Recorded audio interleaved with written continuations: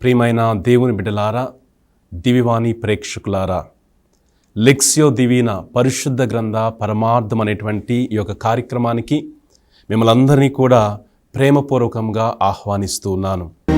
అదేవిధముగా ఈ కార్యక్రమంలో పాలు పంచుకుంటూ వారి యొక్క సహాయాన్ని అందజేస్తున్నటువంటి లిల్లీ మేరీ గారికి, అదేవిధముగా జోసెఫ్ గారికి హృదయపూర్వక స్వాగతాన్ని పలుకుతూ ఉన్నాను.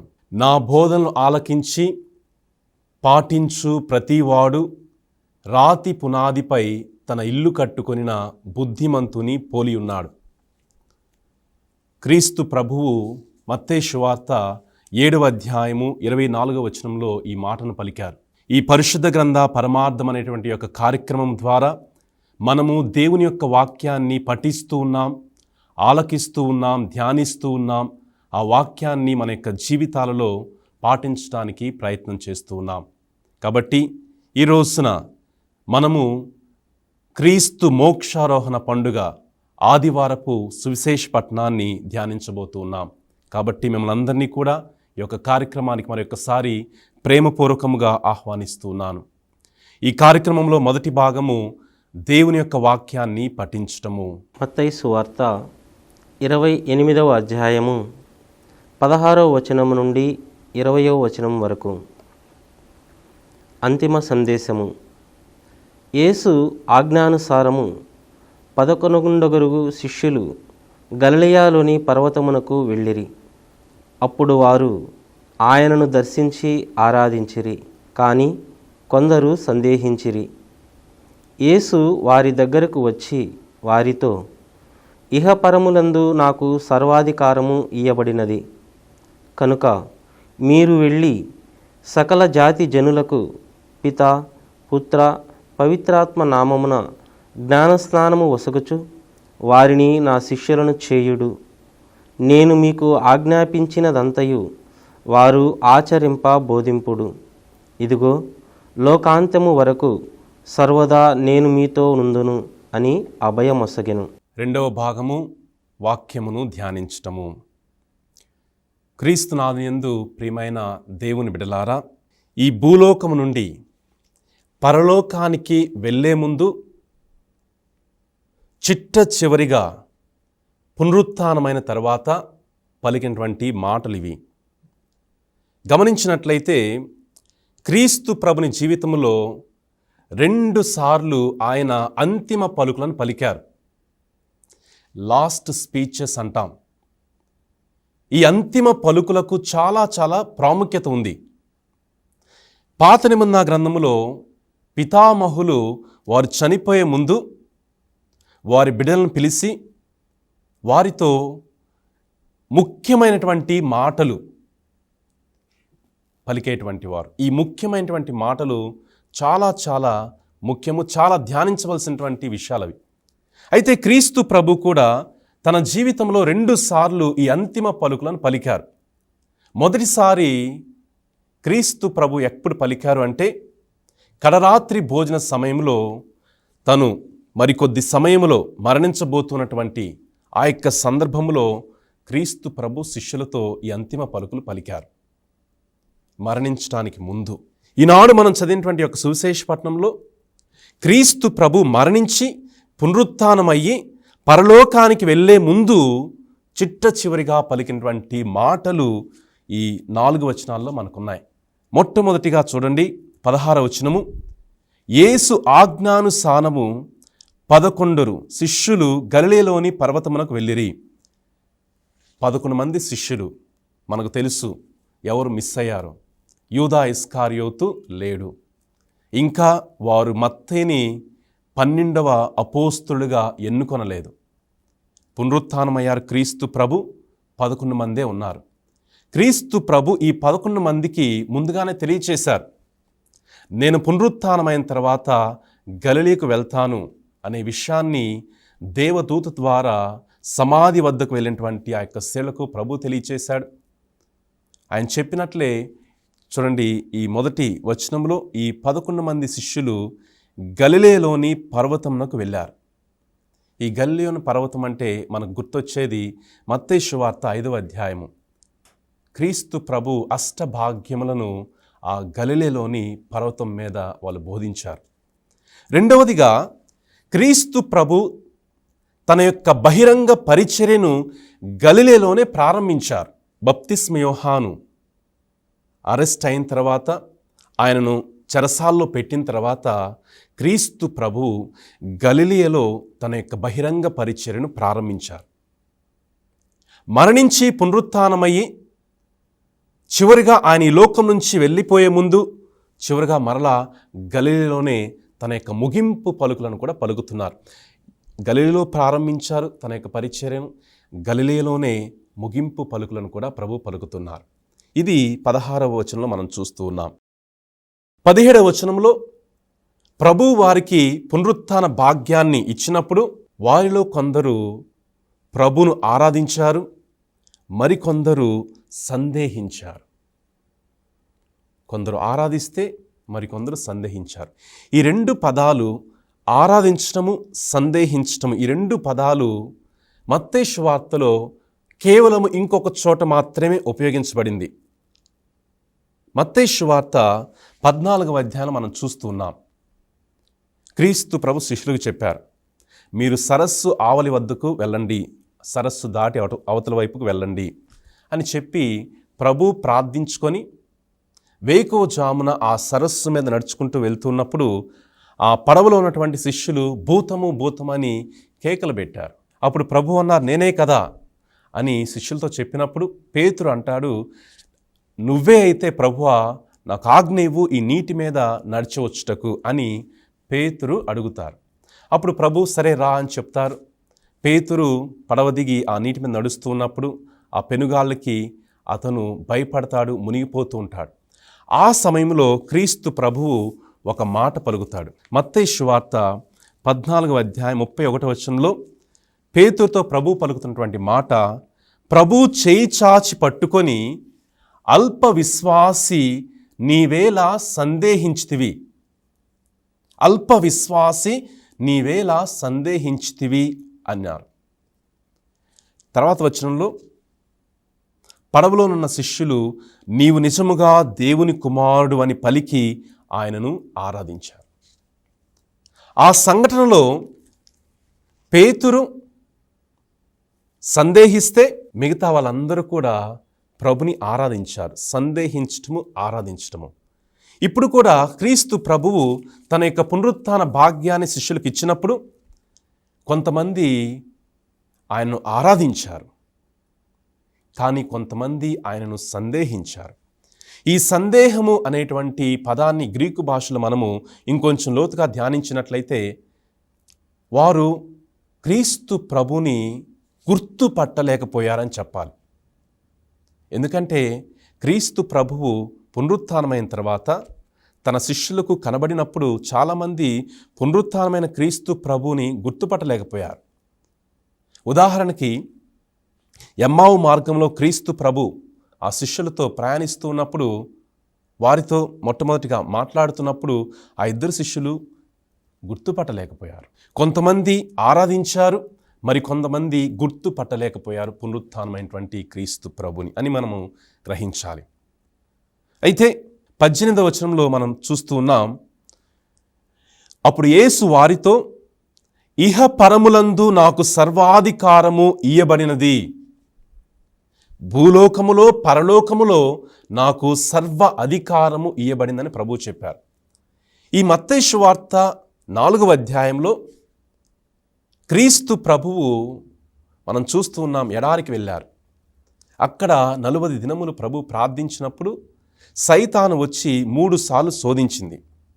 ఆ 3 శోధనలో 3వ శోధన ఏమిటంటే, నీవు నన్ను ఆరాధిస్తే ఈ లోకంలో ఉన్నటువంటి రాజ్యములన్నీ కూడా నీకు ఇస్తాను. సైతాను పెట్టినటువంటి కోరిక. ఈ లోకములో, భూలోకములో ఉన్నటువంటి రాజ్యాలన్నీ కూడా నీకు ఇస్తాను అని సైతాను ప్రభునకు శోధన పెట్టింది. ప్రభు ఆ శోధనలో పడిపోలా. ప్రభు తన యొక్క శ్రమలు, మరణము, పునరుత్థానము ద్వారా ప్రియమైన దేవుని బిడ్డలారా కేవలము భూలోకమే కాదు పరలోకాన్ని కూడా ఆయన జయించారు. పరలోకములో కూడా వారికి అధికారం ఉంది అనేటువంటి విషయాన్ని ప్రభు తెలియచేస్తున్నారు. సైతాను కేవలం భూలోకాన్ని ఇస్తానంది, కానీ ప్రభు భూలోకానికి లొంగిపోలా. భూలోకము పరలోకాన్ని రెండు కూడా ప్రభువు జయించారు అనే విషయాన్ని ప్రభు తెలియచేస్తున్నారు. ఇదే వచనంలో కొన్ని భావాలు కూడా మనము చూడవచ్చు. క్రీస్తు ప్రభు రాజు, క్రీస్తు రాజు, పరలోక భూలోక రాజు అనే విషయాన్ని కూడా మనం గ్రహించాలి. మత్తయి సువార్తలోనే మత్తయి సువార్త 1వ అధ్యాయం 1వ వచనము, దావీదు వంశావళి, దావీదు నుంచి వచ్చినటువంటి వారు ఈ క్రీస్తు ప్రభు అని మత్తయి సువార్త ప్రారంభమవుతుంది 1వ అధ్యాయంలో. 2వ అధ్యాయంలో 3 జ్ఞానులు హేరోదు వద్దకు వచ్చి యూదుల రాజుగా జన్మించిన శిశువెక్కడా అంటారు. 4వ అధ్యాయంలో ఈ సైతాను క్రీస్తు ప్రభుని శోధిస్తుంది, ఈ భూలోకంలో ఉన్నటువంటి రాజ్యాలను నీకు ఇస్తాను. తర్వాత అధ్యాయాలు మనం చూస్తే క్రీస్తు ప్రభు శ్రమల సమయంలో మతాధికారులు, సైన్యాధికారులు క్రీస్తు ప్రభును ఒక రాజుగా ఎక్కిరిస్తారు, ఎగతాళి చేస్తారు. నీవు యూదుల రాజువైతే ఈ శిలువ మీద నుంచి కిందకి దిగిరా, ఆయన ముళ్ళ కిరీటం పెట్టి ఎగతాళి చేస్తారు. ఆయన యొక్క శిలువ పైన ఇతడు యూదుల రాజు అని ఎగతాళిగా రాస్తూ ఉంటారు. ఇదంతా కూడా మత్తయి సువార్త 1వ అధ్యాయం నుంచి చివరి అధ్యాయం వరకు జరుగుతున్నటువంటి రాజు పట్ల జరుగుతున్నటువంటి ఈ యొక్క కథనాలు. అయితే మత్తయి సువార్త 28వ అధ్యాయం చివరి అధ్యాయంలో సువార్తీకుడు క్లుప్తముగా ఒక కంప్లీట్ ఆన్సర్ అనేది ఇస్తున్నాడు. క్రీస్తు ప్రభువు పరలోక భూలోక రాజు అనే సత్యాన్ని మనకు తెలియచేస్తున్నాడు. నాకు సర్వాధికారం ఇవ్వబడింది, కాబట్టి మీరు వెళ్ళి సకల జాతి జనులకు పితాపుత్ర పవిత్రాత్మ నామమున జ్ఞానస్నానం వసుగుచు వారిని నా శిష్యులుగా చేయుడు. సో నాకు అధికారం ఉంది, మీరు వెళ్ళండి. ఈ వెళ్ళండి అనేటువంటి మాట కూడా చాలా ముఖ్యమైనటువంటి మాట. ప్రభువు ప్రవక్తలను ఎన్నుకున్నారు, వారిని ప్రజల వద్దకు పంపించారు. క్రీస్తు ప్రభు తన శిష్యులను ఎన్నుకున్నారు, ప్రజల వద్దకు, ప్రజలతో ఉండటానికి, ప్రజలతో వాసము చేయటానికి పంపిస్తూ ఉన్నారు. అయితే ఇక్కడ ఇంకొక మాట కూడా ఉంది, సకల జాతి జనులకు అంటే సమస్త మానవాళికి. ఈ మత్తయి సువార్తలో మనం చదివినట్లయితే క్రీస్తు ప్రభు ఒకానొక చోట చెప్తారు, మీరు చెల్లాచెదరైపోయినటువంటి ఇజ్రాయేలు ప్రజల వద్దకు పోండి అని చెప్పినప్పుడు మనకు ఒక ప్రశ్న వస్తుంది. ఏంది క్రీస్తు ప్రభు కేవలము చెల్లాచెదరైనటువంటి ఇజ్రాయేల్ ప్రజల వద్దకు వెళ్ళమంటున్నారు, మరి మిగతా ప్రజలు ఏమవ్వాలి అనేటువంటి ఒక ప్రశ్న వస్తుంది. చూడండి ప్రియమైన దేవుని బిడ్డలారా, చివరి అధ్యాయంలో ప్రభువు చెప్తున్నటువంటి మాట, ఆ కంప్లీట్నెస్ అనేది చివరిలో ఉంటుంది. అందుకనే ఒక బైబుల్ పండితుడు అంటాడు, మత్తయి సువార్తను చదవాలి అంటే, అర్థం చేసుకోవాలి అంటే ఈ చివరి అధ్యాయాన్ని మొట్టమొదటిగా చదివి తర్వాత మొదటి అధ్యాయం నుంచి చదివితే పూర్తిగా అర్థమవుతుంది అనే విషయాన్ని చెప్తాడు. అయితే ఇక్కడ క్రీస్తు ప్రభు సకల జాతి జనులకు అని చెప్పారు. ప్రతి ఒక్కరికి సువార్తను బోధించాలి. అంతేకాదు త్రిత్వైక దేవుని పేరిన జ్ఞానస్నానం ఇవ్వాలి. త్రిత్వైక దేవుని పేరిట జ్ఞానస్నానం వసుగుచు వారిని తన యొక్క శిష్యులుగా చేయమన్నారు. అంటే చూడండి ప్రియమైన దేవుని బిడ్డలారా, కేవలము వాక్యంను ఆలకించడమే కాదు, ప్రభుని యొక్క శిష్యులు అవ్వటం అనేది కూడా చాలా ముఖ్యం. చాలామంది వాక్యాన్ని ఆలకిస్తారు, కానీ ఆలకించడం ఒక ఎత్తు అయితే శిష్యులు అవ్వటము మరి ఒక ఎత్తు. మత్తయి సువార్తలోనే శిష్యరికం గురించి ప్రభు అనేక సార్లు తెలియచేశారు. నక్కలకు బొరియలున్నాయి, ఆకాశ పక్షులకు గుళ్ళున్నాయి, కానీ మనుష్య కుమారునికి తలదాల్చుటకు ఏమీ లేదు అని చెప్తారు. ఎవరికి చెప్తారు ఈ మాట అంటే, ఎవరైతే క్రీస్తు ప్రభుని అనుసరించాలనుకుంటూ ఉన్నారో, క్రీస్తు ప్రభుని శిష్యులుగా ఉండాలనుకుంటున్నారో వారితో పలుకుతారు. అంటే క్రీస్తు ప్రభుని అనుసరించాలి అంటే, క్రీస్తు ప్రభుని యొక్క శిష్యుడిగా ఉండాలి అంటే సమస్తాన్ని త్యజించాలి. తర్వాత అధ్యాయంలో మనం చూస్తూ ఉంటాం, తల్లిదండ్రులను కూడా త్యజించమని చెప్తారు ప్రభు. సమస్తాన్ని త్యజించాలి అనేటువంటి ఒక గొప్ప అర్థాన్ని మనకు అక్కడ ప్రభు ఈ విధంగా శిష్యులకు మీరు సకల జాతి జనులకు బోధించండి, త్రిత్వైక దేవుని పేరిట జ్ఞానస్నానము వసగండి, వారిని నా శిష్యులుగా చేయండి అని చెప్పారు. ఈ 3 బాధ్యతలు చాలా ముఖ్యమైనవి. తర్వాత ప్రభు వాళ్ళతో ఇంకో మాట అంటున్నారు, లోకాంతము వరకు సర్వదా మీతో ఉంటాను, లోకాంతము వరకు సర్వదా మీతో ఉంటాను అని ప్రభు అన్నారు. క్రీస్తు ప్రభువు లోకాంతం వరకు శిష్యులతో ఉంటారు. ఎందుకంటే పునరుత్థానమైనటువంటి క్రీస్తు ప్రభు ఎక్కడైనా ఏ సమయంలోనైనా ఉండగలేటువంటి గొప్పతనము, ఆ యొక్క మహిమ ఆ పునరుత్థాన క్రీస్తు ప్రభునకు ఉంది. ఆయనకు ఎటువంటి లిమిటేషన్స్ లేవు. మానవ మాతృడిగా ఆయన లేరు, పునరుత్థానమైనటువంటి ప్రభువుగా ఉన్నారు. ఆ పునరుత్థానమైనటువంటి ప్రభు ఎవరితోనైనా ఏ సమయంలోనైనా ఎక్కడైనా ఉండగలిగినటువంటి ఆ యొక్క శక్తి వారి మధ్య ఉంది, వారిలో ఉంది అనేటువంటి విషయాన్ని మనం గ్రహించాలి. అయితే 20వ వచనంలో మనం చూస్తూ ఉన్నాం, ప్రభు అన్నారు, మీకు ఆజ్ఞాపించినదంతయు వారు ఆచరింప బోధింపుడు. అంటే క్రీస్తు ప్రభు ముందుగానే శిష్యులు చెప్పారు ఏమి బోధించాలి, వారికి ఆజ్ఞ ఇచ్చారు. వారికి ఇష్టం వచ్చింది బోధించడం కాదు, వారికి ఆజ్ఞాపించినది మాత్రమే వారు బోధించాలి, ఆచరించే విధముగా బోధించాలి. అది శిష్యుల మీద ఉన్నటువంటి బాధ్యత. అది శిష్యులకు కూడా ఒక ఛాలెంజ్ అని చెప్పొచ్చు. ఆచరింప బోధించడం అంటే చాలా చాలా కష్టతరమైనటువంటి పని. తర్వాత ప్రభు అంటున్నారు, లోకాంతము వరకు సర్వదా మీతో ఉంటాను. పునరుత్థానమైనటువంటి క్రీస్తు ప్రభు వారికి ఎటువంటి లిమిటేషన్స్ లేవు. వారు ఎక్కడైనా ఏ సమయంలోనైనా ఉండగలరు. మానవ మాతృడైనటువంటి క్రీస్తు ప్రభు కాదు, పునరుత్థానమైనటువంటి క్రీస్తు ప్రభు పలికారన్నమాట. పాత నిబంధన గ్రంథంలో కూడా మనం చూస్తున్నాం, ప్రభువు కొంతమందిని ఎన్నుకున్నప్పుడు మోషే కావచ్చు, యెహోషువ కావచ్చు, ప్రవక్తలు కావచ్చు, ఎన్నుకున్నప్పుడు వారికి ఒక అభయం ఇస్తారు, నేను మీతో ఉంటాను, అభయం ఇస్తారు. ఈ అభయం ఇవ్వటంలో అర్థం ఏంటంటే, మీకు నేను ఇచ్చినటువంటి బాధ్యతను నెరవేర్చడంలో నేను మేము ఒంటరిగా వదిలిపెట్టను, మీకు ఇచ్చినటువంటి బాధ్యతను నెరవేర్చడానికి నేను మీతో ఉంటాను. ఇది మనం గ్రహించాల్సినటువంటి విషయం. ఇది కేవలము ఒక వ్యక్తిగత అనుభూతి మాత్రమే కాదు. ప్రభు మనతో ఉండటము, ప్రభు మనల్ని ఎన్నుకున్నప్పుడు మనకు ఒక బాధ్యత ఇస్తారు, ఆ బాధ్యతను నెరవేర్చడానికి ప్రభు మనతో ఉంటారు అనేటువంటి విషయాన్ని మనం గ్రహించాలి. కాబట్టి ప్రియమైన దేవుని బిడ్డలారా, పునరుత్థానమైనటువంటి క్రీస్తు ప్రభువు తను పరలోకానికి వెళ్ళే ముందు ఈ అమూల్యమైనటువంటి మాటలను శిష్యులతో పలికి ఉన్నారు. వారికి ఒక బాధ్యతనిచ్చారు, అదేవిధంగా వారికి ఒక భరోసాను కూడా ఇచ్చారు. 3వ భాగము ప్రార్థన చేసుకుందాం.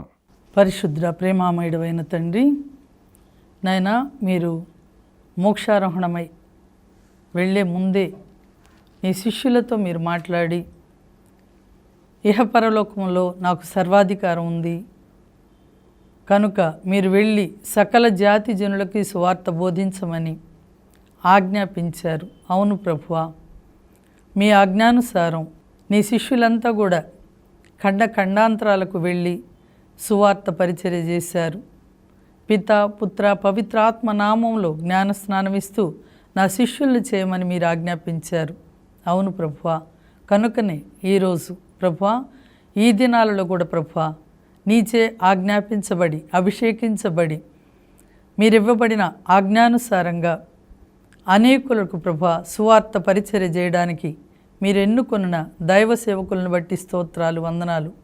అవును ప్రభువా, మీరు ఆజ్ఞాపించినదంతయు కూడా ఆచరింప బోధింపుడు అని చెప్తున్నారు. ఆచరణ సాధ్యము కానిది ఏది కూడా నాయన నీ ప్రజలపై మోపకుండా ఏది వారు ఆచరించడానికి వీలు పడుతుందో ఆ విధంగానే నీ సువార్త ప్రకటన నాయన జరిగించమని మీరు ఆజ్ఞాపించారు. పరిజయులు ధర్మశాస్త్ర బోధకులైతే మరి మోయ సాధ్యం కాని భారాలని ప్రజలపై మోపారు, కానీ దానిని కనీసం సహాయపడడానికి వాళ్ళు చిటికెన వ్రేలైనా కదపలేదు అని నీ వాక్యం సెలవిస్తూ ఉంది. కానీ ప్రభువా, అలాంటి భారాలు మోపకుండా మీ ప్రజల పక్షాన మీరుండి ప్రభువా, లోకాంత్యం వరకు సర్వదా నేను మీతో ఉండి మిమ్మల్ని నడిపిస్తానని మీరిచ్చిన అభయాన్ని బట్టి స్తోత్రాలు చెల్లిస్తున్నాము. మీరు మాతో ఉండి మమ్మల్ని అందరినీ కూడా ఈ సువార్త పరిచర్యలో భాగస్వాములు అవ్వడానికి నీ బిడ్డలందరినీ మీరు ప్రేరేపించి నడిపించి అనేక మందికి ప్రభువా, నీ నామం తెలియని బిడ్డలకి నీ పరిశుద్ధ నామాన్ని తెలియజేసి నీ రక్షణ అనుభవంలోకి నడిపించడానికి, అలాగే మీరు సర్వదా మాతో ఉన్నారని ఒక అభయాన్ని మేము తెలియజేస్తూ ప్రభువా, ఈ సువార్త పరిచర్యలో పాలు పంచుకోవడానికి నీ బిడ్డలందరినీ కూడా ఆశీర్వదించి అభిషేకించి దీవించమని, సువార్త పరిచర్యలో ఉన్న ప్రతి ఒక్కరిని పాపుగారి మొదలుకొని కార్డినల్స్, మేత్రాణులు, గురువులు, కన్యాస్త్రీలు, ఉపదేశులు, సువార్త పరిచర్యలో ఉన్న ప్రతి బిడ్డను కూడా ప్రభువా మీరు అభిషేకించి దీవించి ఆశీర్వదించమని, నీ పనిని నమ్మకంగా యథార్థంగా విశ్వాసపాత్రంగా చేయడానికి నీ బిడ్డలందరికీ మీరు తోడుగా ఉండి నడిపించమని మా నాథుడు మా రక్షకుడైన యేసుక్రీస్తు నామములో వేడుకొని పొందుకుంటున్నాము తండ్రి, ఆమేన్. 4వ భాగము మనము ఆలకించినటువంటి యొక్క వాక్యము మన జీవితాలకు అన్వయించుకోవటము.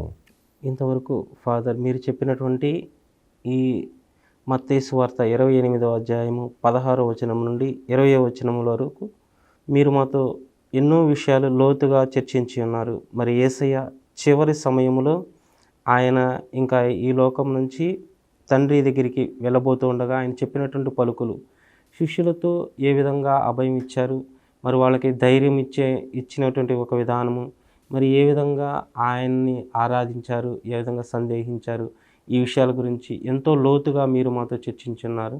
దాని తర్వాత గలిలయలోని పర్వతానికి వాళ్ళు వెళ్ళినప్పుడు అక్కడ ఆయన వారికి దర్శనం ఇచ్చిన తరువాత మరి వాళ్ళు ఏ విధంగా ఆరాధించారు అనే విషయాన్ని కూడా మీరు మాతో క్లుప్తంగా లోతుగా చర్చించున్నారు ఫాదర్. చాలా బాగుంది.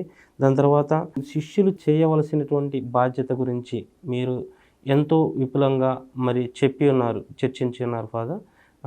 ఇక లోకాంతం వరకు కూడా ఎటువంటి మీకు భయం అవసరం లేదు, నేను మీతో ఉన్నాను, చివరి వరకు ఉంటాను, ఎప్పుడు మీతో ఉంటాను అని చెప్పేసి ఒక ధైర్యాన్ని మీరు మాకు ఇచ్చారు.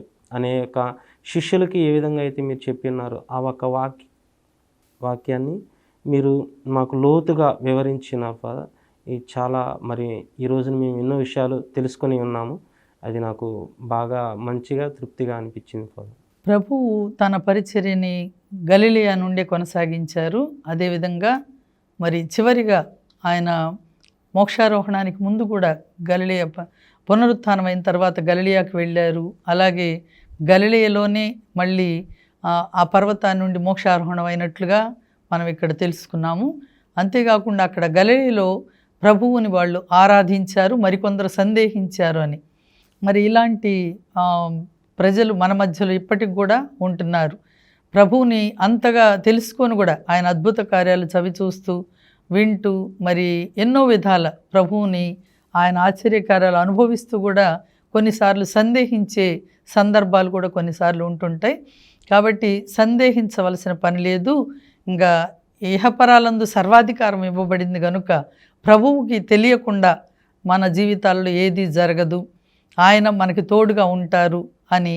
అలాగే మరి అనేక మందికి తెలియని వాళ్ళకి యేసు ప్రభు నామాన్ని తెలియజేసి ఆయన నామంలోనే రక్షణ ఉంది అని తెలియజేసి నా శిష్యులను చేయండి అని చెప్పి ప్రభు ఇచ్చిన మరి ఆ ఆజ్ఞని మరి ఈ రోజున మనం దైవ సేవకులు ఎంతోమంది పాటిస్తూ ఉండగా ఇంకా తెలియని ప్రభు నామం తెలియని చోటకెళ్ళి మరి ఆయనని ఆజ్ఞాపించిందంతా కూడా ఆచరించడానికి బోధించాలి అని చెప్పి ప్రభు సెలవిచ్చినట్లుగా మనం ఆయన పని చేయాలి.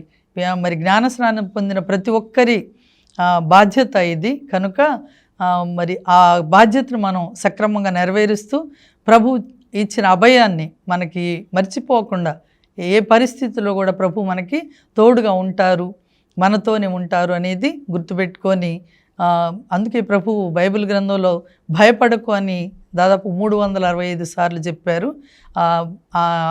అభయహస్తం మనకు తోడుగా ఉంది కాబట్టి భయపడాల్సిన అవసరం లేదు. ఎట్టి పరిస్థితుల్లో కూడా ప్రభు ఇచ్చిన ఆజ్ఞని పాటించడానికి మనం అందరం కూడా ప్రయత్నం చేద్దాం. ఈ విధంగా మనము ఈ రోజున ఈ సుశేషపట్నంలో ప్రభు మనకిస్తున్నటువంటి అభయము, శిష్యులైనటువంటి మనందరికీ కూడా సదా మీతో ఉంటాను. కాబట్టి ప్రియమైన దేవుని బిడ్డలారా, మన యొక్క ఆధ్యాత్మిక జీవితంలో ప్రభు మనతో ఉన్నారు, మనలో ఉన్నారు, మన ద్వారా గొప్ప కార్యాలు చేస్తారు అనేటువంటి విశ్వాసమును మనం కలిగి ఆ ప్రభుని యొక్క కార్యమును, ఆ ప్రభు మనకిచ్చినటువంటి బాధ్యతను కొనసాగించడానికి ప్రయత్నం చేద్దాం. ఇప్పుడు చివరి ఆశీర్వాదము. ప్రభు మీతో ఉందురుగాక, మీ ఆత్మతోనూ ఉందురుగాక. సర్వశక్తి గల సర్వేశ్వరుడు పితా, పుత్ర, పవిత్రాత్మ ప్రభు మనందరిని దీవించి ఆశీర్వదించి కాచి కాపాడుదురుగాక. ఆమేన్. వచ్చే ఆదివారము పెంతెకోస్తు ఆదివారము, ఆనాడు సుశేషపట్నాన్ని వచ్చే వారము మనం ధ్యానించుదాం. అప్పటి వరకు సెలవు.